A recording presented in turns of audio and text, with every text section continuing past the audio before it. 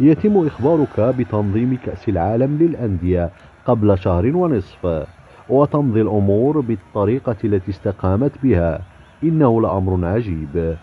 تولى التلفزيون المحلي التصوير والإخراج التلفزيوني باقتدار وبطواقم مغربية فقط. هذا أمر رائع، وسيكون أروع لو بقي نفس الأمر في مباريات الدوري الوطني. على الأقل مباراة واحدة في الأسبوع، مباراة القمة مثلا.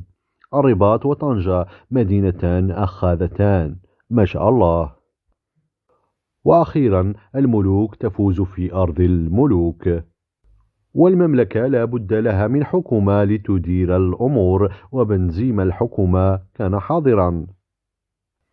لا تخافوا، فالموعد قريب. كأس إفريقيا 2025 التحدي القادم. إلى اللقاء.